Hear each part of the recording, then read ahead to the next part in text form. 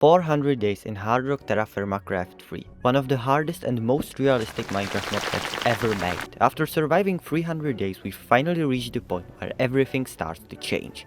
It's time to progress in the Steam Age and expand into the Electrical Age. Our biggest goal is to start working towards one of the hardest multi-block structures in the entire modpack, the Pressure Chamber.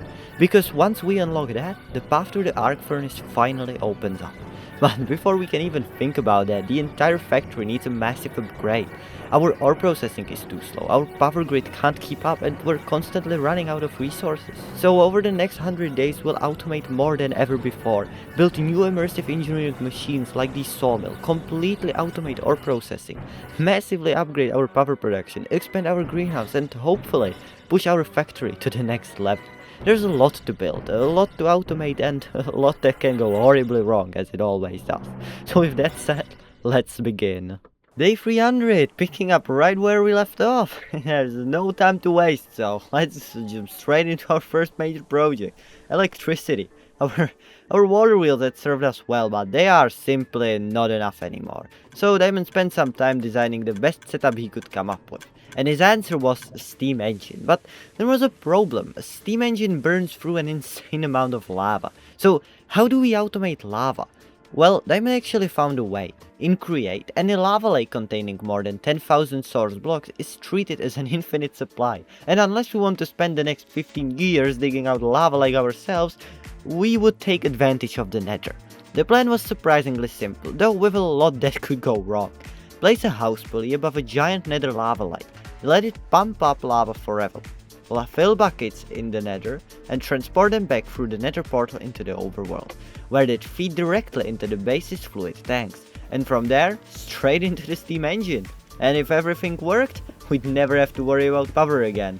Which is probably not true. I can already see us in the future building some crazy contraptions to get power. So I can already see that, but for now it should be enough, alright? With the plan ready, we split up the work. My first task was to mine enough obsidian for a brand new nether portal, while Damon started preparing the resources needed for the lava pumping contraption.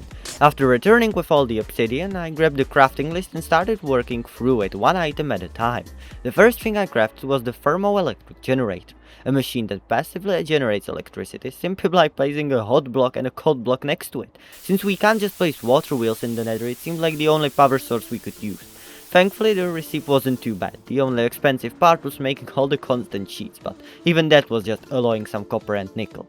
Meanwhile, Diamond gathered the blue ice we needed before crafting a brass funnel and an electric motor, which converts the electricity from the generator into rotational power for the Create machines. While he worked on that, I crafted another spout and a depot, and Diamond finished the weighted ejector, a very fun block which only has one goal: launch everything up into a specific block, along with the house pulley, the machine that would actually pump lava out of the enormous nether lake. We need 25 of them, some for the lava storage, most for the steam engine. So I processed all the copper our drilling machine had collected, melted it into ingots, stripped a mountain of logs, wrapped them in copper sheets and the glass. And after that, what felt like an eternity of crafting and processing, all 25 fluid tanks were finally finished. To wrap things up, I created the very last component we were missing, a mechanical belt. There is a reason why we don't use many of these. They are very expensive for us. They require sulfur. The only way to get it is either finding a volcano, that's what the plane is for, or sifting for it. Thankfully we had some from the last time, but we really need to get the plane working. Well, back to our current project. With every single part finally complete, Diamond could begin assembling the entire contraption he had already designed beforehand in a creative world.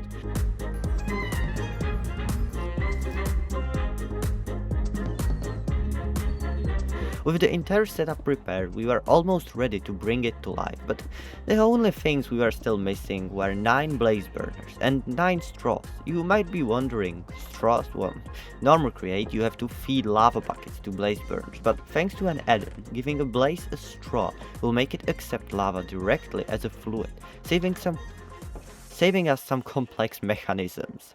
Well, the blaze burners required ridiculous amounts of iron, so instead of mining even more, we decided to recycle something we no longer needed, our old blast furnace, since we now make steel using the crude blast furnace, so it was no longer needed. That old multi-block contained 24 iron ingots. That's insane. It gave us a huge head start on crafting all of the burners. As for the straws, I planted every single piece of bamboo we had and simply waited for it to grow. Once the bamboo was finally ready, Diamond crafted all of the straws, combined them with the blaze burners and then headed into the nether. One by one he captured blazes inside every single burner. With all 9 blaze burners prepared, he returned home and installed them into the machine. Now there was only one thing left. The actual steam engines. We gathered every single bit of copper we had left and managed to scrape together enough materials for 4 steam engines. While this does mean we are not getting all the stress we could, it's more than enough for now, alright? If we ever need more, we can just grab the remaining 5, so we'll just do that whenever we get the copper ready. Diamond processed all of the copper into ingots, then he cast them into blocks and crafted the engines one by one. Then came the moment of truth. He connected everything together, started the system, and just like that, our factory came to life. Literally, look, this is awesome. For the first time we had a power source capable of keeping all of our machines running at the biggest speed we could reach, and with a lot of stress units to spare. Diamond actually decided to connect up the redstone resonance generator we made last time, and still, even with just 4 steam engines, all machines at their fastest speed and a lot of electricity generating, we are still only using half of our stress units. With our new power system finally up and running, it was time to move on to the next major machine, the Immersive Engineering Crusher. Just looking at the multi-block, you can already tell this thing is far from cheap. Look at that monstrosity. This is huge. So as usual, we split the work. Diamond focused on crafting all of the steel scaffoldings and steel fences, while I started working on the redstone engineering blocks, which thankfully weren't too difficult. After finishing those, I moved on to the hoppers. Now these weren't the normal Minecraft hoppers. No. They required double metal sheets. And since you can use almost any metal, we decided to go with bismuth bronze, because we had quite a bit of lying around and barely used it for anything else. Well, at least that's what we thought. We quickly ran out. Yeah. So it was back into the mines to gather even more. After almost 3 in-game days of mining, processing and crafting, we finally had every hopper we needed. And then the real grind began. The light engineering blocks. Just look, you see that receipt? It's insane. After yet another hour of crafting, alloying, processing, just everything, assembling countless smaller components, we finally reached the end of the receipt chain. It had taken us nearly 20 in-game days to gather everything for this single machine. 20 days. It's insane. What? Compressed into just a few minutes for you though. Yes, at least I'm nice to you, alright? But after all of that work, we finally had every single component ready. And at long last, it was time to assemble the crusher itself. Diamond built the machine using the blueprint from the Immersive Engineering manual. He also crafted an LV accumulator to store some of the energy generated by the redstone resonance generator we built a while ago. Then he connected everything together, and just like that, the crusher was finally complete. Now, the whole reason we spent so much time building this machine was to automate our entire ore processing system. Up until now, every single ore had to be crushed, washed, crushed again, washed again, then finally turned into briquettes, almost completely by hand. It was slow, repetitive, and honestly, it was the worst time of the entire month. Mining and then doing all this insane chain just to use it all in a few minutes. So Diamond jumped into a creative world and designed a fully automated processing line.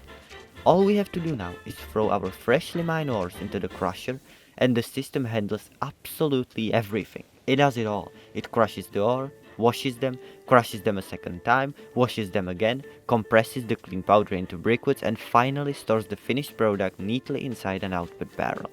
No more running back and forth between machines. No more manually moving items from one step to another. Just throw the ores in and come back later to collect perfectly processed materials. After hundreds of in-game days, we finally have a fully automated ore processing system. With the machine planned out, we now have to gather all the resources to actually build it though. The list was long enough that it's basically turned into a montage anyway, so here we go. A trash can, 2 weighted ejectors, a hopper, a 4-item filter, and then we had our first big wall. Iron. Getting the iron, it wasn't hard. We've done it multiple times, but we completely ran out of charcoal, so we had to wait a long time before that was ready. So, in the meantime, I started working on a new area for the crucible. This was actually very much on time, since our house has once again went up in flames and burned half of our walls. The reason is that it's directly next to the forge. I know it wasn't a good idea to put it next to the most flammable material, but we didn't know that back then, alright? Stop blaming me. So while building the new space for the crucible, I also had to do yet another emergency repair of the house.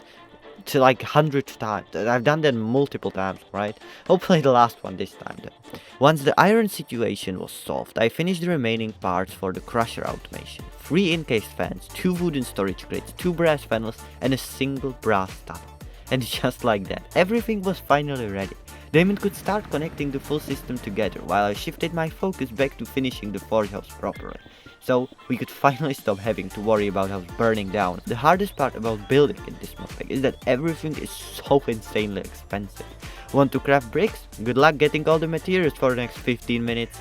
Now the forge house definitely doesn't look amazing, but honestly, it was hard enough just getting the right materials in the first place, so for what I had to work with, I think it looks good, alright? If you've ever tried building in this modpack, this is a masterpiece, alright? I'm still not fully happy with it, because it just looks horrible, but for the modpack, it's good, and it's functional, okay? Actually, it's not. Damon still needs to move the actual crucible in there, but whatever, he wants to do like some crazy automation there too, so we don't have to use coal. You'll see soon. So after I finish the floor around the crusher setup, then Damon began working on. So I'll just show a quick time lapse of him putting everything together. See? Pretty cool, right? Hey, yeah. This is somehow connected at all. I wouldn't be able to do that myself. That's why we have him. So finally, have an automated ore processing system. All we need to do is throw ores into the input, and on the other side we get clean brickwoods ready to be smelted into ingots later. And after everything we've built so far, this is a massive upgrade. It saves us so much time. Now that we didn't have to worry about ore processing, Diamond wanted to eliminate another annoying thing. Mining for lignite. Diamond found out that if we craft an external heater from Immersive Engineering and put it next to a basin, we can use electricity to heat it up. Now, because all of our electricity is at our create setup, we needed to figure out how to generate electricity for the heater in the house. We actually already solved this once. In the nether we had the same problem for the infinite lava machine. In the end we used the thermoelectric generator, and because it worked amazingly at passively generating power, Damon decided to use it again. So with that figured out, Damon moved the crucible to the new forge house I built and connected it to the heater. He also upgraded the ingot casting setup by using Tinker's Construct casting tables, since they cool the ingots much faster. That's stupid. Immediately. They just cool them down. You don't have to wait for it. We didn't realize it at the time, but having the crucible constantly hot was so amazing. It was beautiful. Before, if we wanted to melt anything, we had to wait around 2 minutes before it fired up. Now we just walk up to it and it's already at the highest temperature. No longer do we have to make stuff in batches to save on coal. We just do it at any time. It's awesome. With all these huge milestones behind us and our lives now about 100 times easier, we decided to move on to yet another immersive engineering machine, the Sawmill. It will let us get far more materials out of every log, meaning we hopefully won't be running out of wood every few days anymore. Well, not as big of a jump as going from the chopping block to the create saw was, it's still definitely worth making. Thankfully, it's a bit easier to build than the crusher, but it's still no small project. We needed 8 steel scaffoldings, 4 conveyor belts, 6 light engineering blocks, 2 heavy engineering blocks, 1 redstone engineering block, and 4 iron sheet metal blocks. Damon started by preparing all the iron we needed for the sheet metal, and while we waited for everything to smelt, we took a little detour. Since we now had plenty of copper, we wanted to massively expand our greenhouse, so we filled up another batch of composters. That way, the compost could process while we worked on the sawmill. Once that was done, I got back to crafting. I started with the redstone engineering block. By this point I had already made a couple of them, so it wasn't too bad. After that I crafted all the sheet metal we needed and then moved on to the 4 conveyor belts. Now with all of those parts finished, we hit another waiting game. Because most of the remaining components required a lot more iron and steel, and that meant we needed to wait for it to process, and we also ran out of our last iron we had. So I shifted my focus onto expanding the greenhouse. The first step was gathering all the materials for the extension. I started by casting a ton of copper ingots and cutting them into rods. With those ready, I crafted stacks of glass panes, which let me finally make all of the greenhouse walls and roof blocks. It was basically the same process over and over again. Just cast copper, cut it into rods, and then turn those into all the greenhouse blocks. Thankfully, with our upgraded fort setup, this was a breeze. We just put all the copper or sand into the hopper and we could do something else in the meantime. With that, the greenhouse extension was complete. It turned out a lot bigger than we originally expected, but at least we know we'll never have to expand it again. Though watering it all is going to be a lot of pain. We really need to make the automatic sprinklers, but that will have to wait until we make the arc furnace. After a little more building, the greenhouse expansion was finally finished. Well, not really. Believe it or not, that was the easy part. We still have to fill it up with planters, and that's going to take a long time. Compost takes 6 in-game days to finish, and to make it, it requires 16 plant-like items and 16 brown-like items, whatever that means, and we'll have to repeat that process multiple times before every planter is ready. So for now, we're calling it the greenhouse finished. Good enough, alright? While I was busy building, Diamond finished crafting all 8 steel scaffoldings for the sawmill. At this point, the only thing holding us back was iron. While we did have some iron waiting in the bloomery, we used up all of our iron supplies. The Create drilling machine did passively mine iron for us, but because it was currently placed at a vein which was primary copper, we didn't get much iron from it. Thankfully, we do have an iron vein really close to our grade setup, so Diamond temporarily moved the drilling machine there and supplied it with the highest rotational speed. Except that overstressed our system. Yeah, well, it's not that bad, but we just have to make the remaining steam engines. But for now, we just put it at a lower speed. It is still around 5 times faster than it was at the copper vein. But we really need to craft another drilling machine so we can have them on both veins at the same time. With the drilling machine constantly bringing in more iron and the bloomery smelting the rest, I decided to craft at least some of the planters needed for the expanded greenhouse. I made myself a brand new black steel shovel and headed out to gather more clay, as almost all of our compost had finally finished. After mining enough, I turned it into bricks, collected the compost from every single composter and crafted as many planters as I possibly could. With that, we now have double the amount of planters we had previously. And the greenhouse is still just like 1/4 full. It's crazy how big we made it. By the time I finished, all of our iron was finally ready, so I shifted my attention back to the sawmill. I started by making all the required iron mechanical components, but because they required brass mechanisms, like almost everything in this pack, we decided to make a gear mold for the metal press, so we wouldn't have to constantly forge them in the anvil. I hated making these before we made the upgrade, it was horrible. So with those out of the way, I just needed 6 iron sheet metal blocks. They are expensive, each requiring 4 iron ingots, but we have the drill mining for iron, so that isn't a big of a problem. But now, with everything done, I finally finished the last 6 light engineering blocks and we could finally build the sawmill multi-block structure. Diamond happily took care of building it, and in no time it was finally here. Previously, we used Create Saw, which turned 1 log into 3 support, and each support turned into 10 lumber. Now with the Immersive Engineering Sawmill, we could turn 1 log into 6 support, and those each into 12 lumber. This means we now obtain 140% more lumber per log than before. Well, you wouldn't know that if I didn't tell you, that's amazing! With that done, I wanted to prepare us for our next project, another drilling machine. Yeah, we would like to connect it to our fast create setup, but we don't have enough stress units for that currently. As I said before, we just need more steam engines, so I crafted additional 4 copper blocks, turned them into steam engines and connected them to the boiler. Task finished. And just like that, we reached the maximum amount of power our steam engine setup could produce. I spent the next few days improving the area around our greenhouse. I pushed the nearby mountain back, flattened the terrain and terraformed everything to make it blend naturally into our base.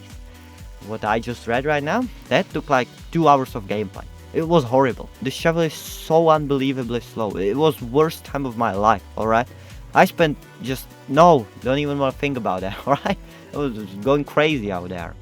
Oh, in the meantime, while I was going crazy there doing all that, Diamond threw more cast iron into the bloomery so we would have enough for the future project.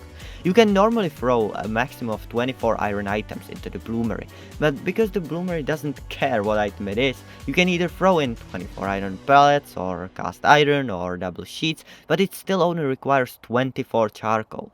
This means we can just make double ingots of cast iron and get twice as much iron as the same amount of charcoal and time. When I joined the server again, I wanted to finally finish the inside of our greenhouse. I started by filling all of the planters on one side with potatoes, then since all the compost Diamond had prepared was finally ready, I crafted another huge batch of planters.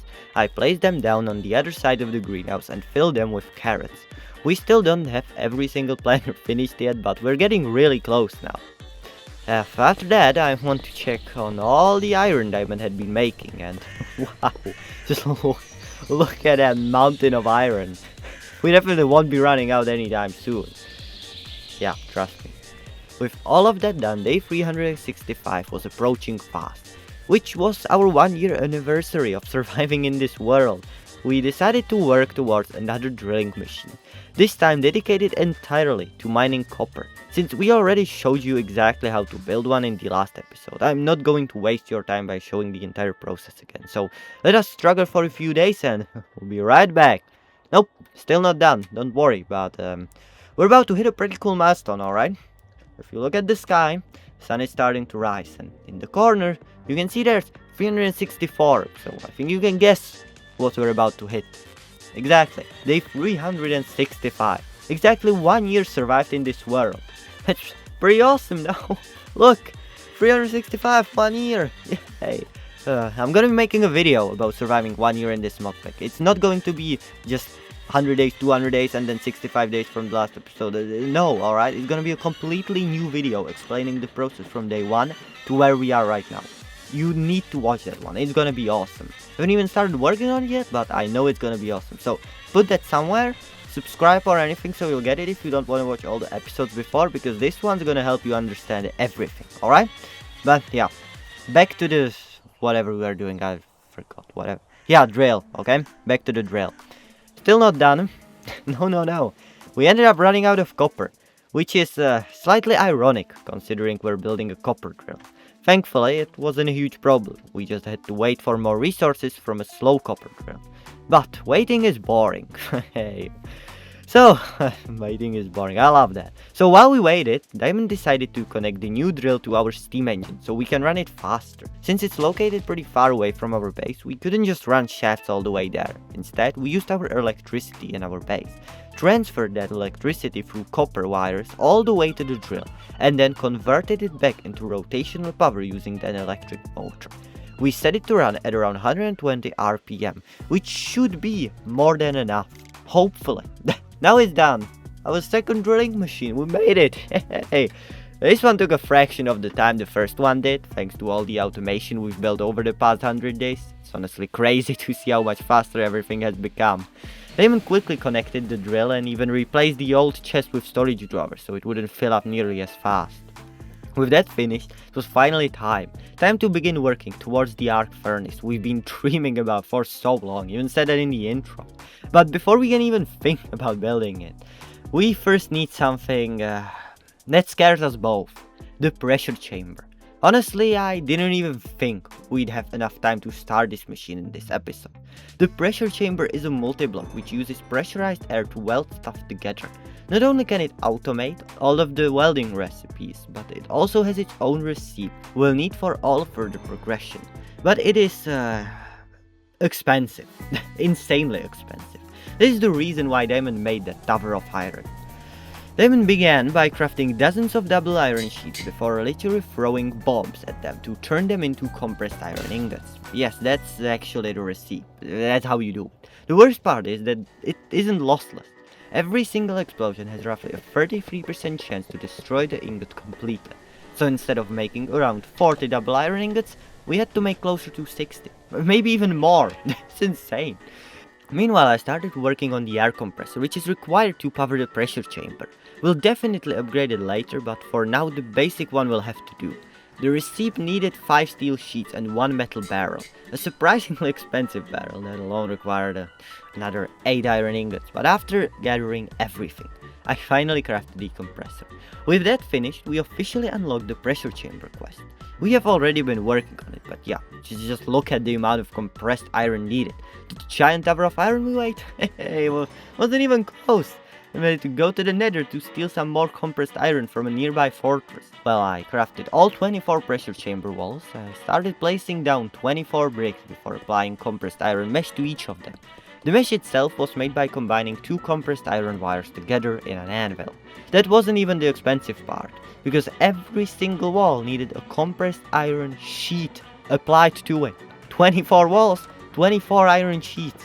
And not only iron sheets, compressed iron sheets. So I spent what felt like an eternity crafting sheets after sheets until finally every single sheet was done. Yeah, that was a lot of iron. From there, I converted one wall into a pressure chamber wall by attaching a pressure tube. Then I turned 2 more walls into pressure chamber interfaces by attaching hoppers and some pressure chamber glass to add windows to our pressure chamber. Because of course, we need windows. While I was doing that, Damon expanded our create area and rearranged the entire area so the pressure chamber would actually fit. Once the space was ready, he assembled the multi-block and connected our air compressor. And just like that, we finally have the pressure chamber. Honestly, I never thought we'd finish this machine before day 400, but here we are. Because of all the automation we've done in this episode, things went so much faster now. This unlocks so many new recipes and finally puts the arc furnace just this little closer. Of course, the pressure chamber needs compressed air to work. Now we are powering it with the basic air compressor, but it burns through coal way too quickly and we're honestly tired of mining coal all the time. So instead, we upgraded to a rotational air compressor, which passively creates rotational power directly into compressed air. But because that generates pressurized air all the time, it could overpressurize the system and that would cause, well, an explosion. So we also installed a safety tube module, which automatically vents excess air whenever the pressure gets too high. With all of that finished, we finally unlocked automated welding, lossless compressed iron and items required for all the further progression. From now on, whenever we need double ingots, we simply throw 2 normal ingots into the pressure chamber, wait a few seconds and it welds them together automatically. No more welding by hand, so that's a huge upgrade. Our next goal was another immersive engineering machine, the squeezer. We need this machine to make hop graphite dust, which is required for the arc furnace to function. Thankfully, this machine itself wasn't too difficult to craft. Most of the components are things you've already seen us make dozens of times, but I'll quickly show them anyway. 2 fluid pipes, 3 steel scaffoldings, 4 wooden barrels, 1 redstone engineering block, 2 light engineering blocks, 1 piston and 6 sheet metal blocks. With all of the components ready, Diamond assembled the multi-block and just like that we have another machine. The whole thing only took about 2 in-game days. We've gotten so much faster at processing compared to the beginning of the series. And look at our workshop area, it's expanding so quickly. To think it was powered with just water wheels not so long ago and now so many machines, so much noise, it grows so fast. Our next step was actually making the hop graphite. There was just one small problem. We had completely ran out of graphite. Quite an essential ingredient, don't you think? Normally it wouldn't be too bad, except our graphite mine is ridiculously far away from home. So we decided it was finally time to use the biplane we made a long time ago. For it to fly we need a runway, so we headed to the nearest mountain, flattened the top and built a proper runway. Everything was finally ready. Attempt number 1. Yeah, then this didn't go exactly as planned, so we made the runway even longer. Attempt number 2. Nope, did not work out either. Attempt number 3. Still not. Nope, still underground. So, attempt number 4. This was it, the last attempt, alright? Whatever. Yeah, we're clearly doing something wrong. Fell again out of the sky. So, after crashing the plane 4 times in a row, Damon finally decided to hop into a creative testing tour and actually learn how to fly. Honestly, no idea why I didn't do that before, but better late than never, alright? So, while he was figuring that out, I decided to do something a little more productive. Our next long-term project is going to be an automatic tree farm, so we can automate charcoal. The thing is, this modpack uses custom trees, which takes quite a long while to grow. So, instead of those, we will be using rubber wood trees. These are the default vanilla growing mechanics, so we can just build the basic grade tree farm and it'll farm us infinite wood. So I started gathering all of the components we'll need for it. First, we need 3 mechanical saws which rotate around and cut the grown trees. Then a mechanical bearing which can rotate all the blocks around in a circle. And lastly 3 deployers which replant the saplings. With all of that finished, I went to check on Diamond's latest takeoff attempt, and this time, look at him! Hey, finally did it! Flying into the darkness. Yeah, wow, I did not even believe he's gonna ever do that. So he got a plane into the air and successfully flew all the way to the graphite mine. So proud of him. Oh, never mind, he just crashed while landing. Yeah, we never built a runway there, so he didn't really have anywhere to land. Oh well, looks like he'll have to fly there using the Garradine and build a runway there. This is such a fun thing. Now back to the tree farm. That's more important than Diamond crashing the plane, isn't it? Well, Diamond told me the next task was to craft 2 storage interfaces. Me being me, I made 3. Hey, of course, yeah. Well, either way, they were surprisingly simple to make. I first crafted 3 chutes, then attached each one to andesite casing, and just like that, all 3 storage interfaces were finished. This makes sure we can take items out of the rotating contraption and send them to a chest. With every component finally ready, Diamond got to work assembling the farm itself, while I was given the incredibly exciting task of making vanilla dirt. And by making dirt, I mean sitting next to a stone barrel for several minutes, occasionally right-clicking it with ceramic shards while waiting for the process to finish. So much fun. Just look at that fun. I was having so much fun. If I'm being honest, I was just blasting YouTube shorts the entire way. Well, if you're wondering why we didn't just use the piles of dirt we have lying around, well, the rubber root saplings require vanilla dirt, so yeah, we just have to make it in the stone barrel. Once all the dirt was ready, I handed it over to Diamond so he could finish building the farm. Meanwhile, I spent some time terraforming the surrounding area, but I'm not going to bore you with that. Instead, let me show you the final machine. The farm uses rotating mechanical saws, as I already said, to automatically cut down every tree that grows within this radius. The logs are then collected and transported straight into a storage chest ready for us to use. Right now we only have 2 saplings planted, so it's not particularly fast as you can see. But every tree it harvests has a chance to drop even more saplings, meaning the farm will naturally become faster and more efficient over time. The best part is that this gives us a fully renewable source of wood, though it's not as exciting as it might seem, because this is a modded wood type. It does not craft into the same stuff than the other TerraFirmaCraft woods does, so we can't use it for any crafting. The only use is automating charcoal, and that's the reason we built it. But with all of that out of the way, it was finally time to begin our biggest goal before the end of the video. We only had 15 days left until day 400, so if everything went according to plan, it should just barely be possible. Most of you probably already know what I'm talking about. And yes, it is the arc furnace. Honestly, we're so much further ahead than I ever expected we'd be by this point. If we can actually finish this machine before episode ends, it'll put us miles ahead for the next one. The only problem is it's ridiculously expensive. Just look at the number of blocks we need. It's a lot. But every huge project starts with a single step. For us, that step was graphite. I started throwing all of our graphite into the crusher, turning it into crushed graphite powder. From there, I fed the powder into our brand new squeezer, which processes it into hop graphite dust. That dust then had to be placed inside the pressure chamber where it was compressed into hop graphite ingots. We needed 13 of them in total, so after a bit of waiting, they were finally ready. As previously mentioned, these are used to make graphite rods, which are required for the arc furnace to function. Exactly 3 are needed.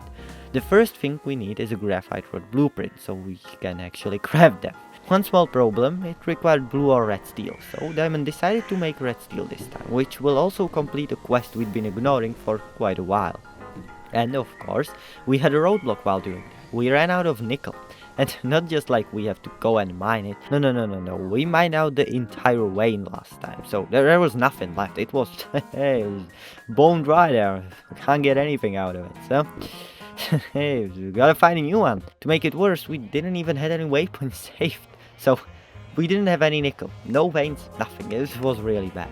After a little rage quit, the next day Diamond thankfully remembered finding a small pile of nickel in the ocean last time. So we went there and thank God there was nickel under it. So crisis averted. Now Diamond can finish the red steel, I can craft the blueprint, and we can make the electrodes. Oh yeah, the graphiters are actually called graphite electrodes. My bad, no idea why I didn't change that in the script before and just put it there like that, but if someone's lazy, he's lazy, so graphite electrodes, alright? Now with those finished, all that is left was to build the arc furnace itself, and it was expensive, and it took so much time, ridiculously expensive. Just look at this thing. It needed almost a stack of iron and 5 stacks of steel. What? We'll really have to speed up if we want to finish it in the next 15 days, so I guess there's nothing else to do than start, and we started big. Diamond made 5 stacks of iron to turn it into steel, but because that takes a while, Diamond decided to connect our tree farm to the coke oven using a conveyor belt, giving us a semi-automated charcoal production. Meanwhile, I headed back into the mines to gather more kaolinite, as we are going to need 27 fireproof bricks. Slowly but surely, though mostly slowly as always, everything was coming together. 6 steel scaffolds, done. 6 steel blocks, also finished. 1 redstone engineering block, done. 27 fireproof bricks, finished. 5 heavy engineering blocks, well, one was a little harder but done. 10 light engineering blocks, this was also horrible but done. And finally all of the remaining sheet metal, which Diamond did. With every single component finished, I expanded the platform to make room for the massive multi-block, and then Diamond finally assembled it. The arc furnace. Just look at it. After 400 days, we finally have one. It was our mission from day 200 or something. I never believed I would actually see it with my own eyes. It really does make everything so much easier to make. Building it also unlocked a whole new set of quests. One for silicon, which we had already made earlier by an accident, so we claimed it immediately. Another for the coker. What? Yeah, look at the material list. That's insane. Look at that list. What's going on? I could build a whole house with all that iron it needs. Well, we sure aren't building that anytime soon. At least I really hope we are not, because that looks insane. There was also a quest asking us to produce an entire stack of steel, but thanks to the arc furnace, that's no longer a terrifying task. Watch this. 1 iron, 1 piece of coke dust, put that in, and just like that, we could wait a little bit, because it takes a while as you can see, but it's quicker than the furnace, but yeah, we gotta wait a little bit. I'm gonna cut it. Steel! Hey look, we got steel, finally. Took like 30 seconds max. It's beautiful. Not only is it much faster than the crude blast furnace, but it can also process multiple items at once. This changes everything. Well, almost. There's just one problem. As powerful as the arc furnace is, it needs far more electricity than our current setup can provide. So even though we finally built it, we can't truly unleash its potential. If we want to process multiple items at a time, we'll really need a better electricity setup. That means our next objective is clear. We need a much bigger power system. To get there, we'll have to produce plastic, build a refinery, and finally move into proper digital storage. And trust me, the next 100 days are going to change everything. There's a note in the script, he says that all the time. Of course I say it all the time. Everything is just going to change everything. Whatever, I'm getting lost in everything. With everything. What is going on in this script? With everything we wanted finished, and only 2 days left before day 400, I filled up all of the composters for another batch of compost, and then decided to complete one more quest from the storage chapter. It asks us to make upgrades for storage drawers. While not useful for us now, we'll need to complete it someday, so why not now? I started with the copper upgrade. It wasn't too bad, it just needed, well, a lot of copper. After that I upgraded it into the gold upgrade, which was pretty much the same story, except with gold, which we stole from a bastion in the nether. Sad times for the piggies. Yeah, poor guys. That left only 2 more upgrades. First was the pusher upgrade, which was fairly simple, only requiring a hopper. Then came the collector upgrade, which needed 2 hoppers, and just like that, another quest completed. The only thing left in this entire chapter is digital storage, and that's exactly where we'll begin in the next episode.